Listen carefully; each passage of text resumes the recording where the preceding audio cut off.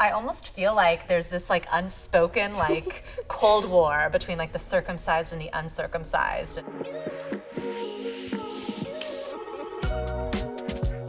Hey everybody, my name is Nadége. I'm a sex scholar, best-selling author, and the founder of Pleasure Science, and today I'm going to talk about sex with Sarah.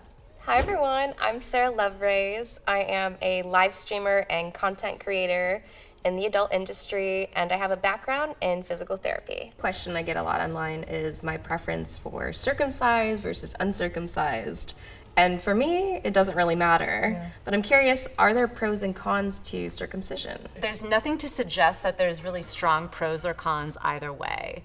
There's a lot of rumors that if you're circumcised, you're cleaner or you're more hygienic. That doesn't really hold up at all. And it's interesting because it's kind of more of a preference thing, or it has to do more with religious significance, right? Like if you're Jewish or Muslim, you're often circumcised.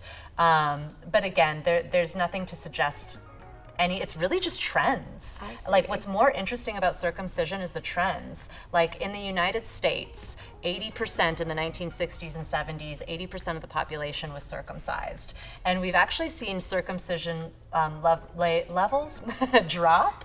And now about 56% of the US population is circumcised. So we went from 80% down to 56%, but we still know that the majority of American penis people have circumcised penises, but then in Europe, over 90% are uncircumcised, and it really goes without saying that you would be uncircumcised. And in Europe, really, like culturally, the only people who are assumed to be circumcised are people who are doing it for a religious purpose. I see. So it really has to do with your preference. Yeah. Maybe your parents' preference. Your parents, right? Yeah. Like for some folks, their babies, they didn't, but I'm sure they're happy.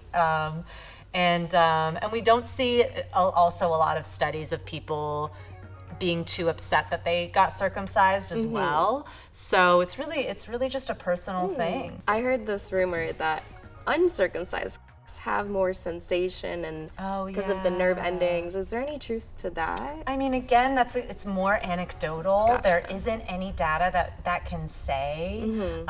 It's a very low percentage where a circumcision would hurt the nerve endings, which is great, you know.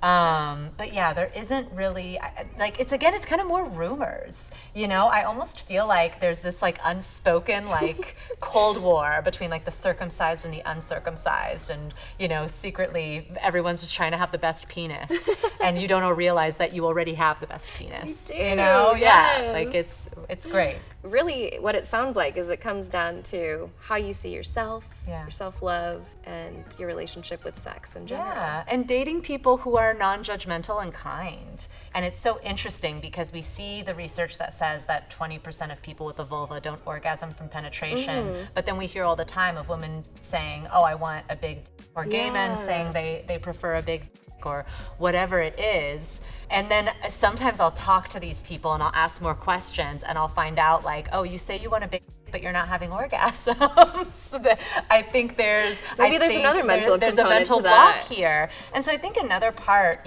for anyone with a penis who is struggling with confidence, it's also be discerning about who you're letting into your life. And if you're with someone who's putting you down or has this hierarchy, that's a them problem. Yeah. That's not a you problem. Yeah.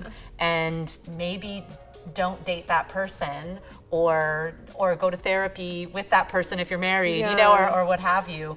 But know what you're getting into. And recognize when it's someone else's stuff, right? Yeah. Like we internalize those things. That makes sense.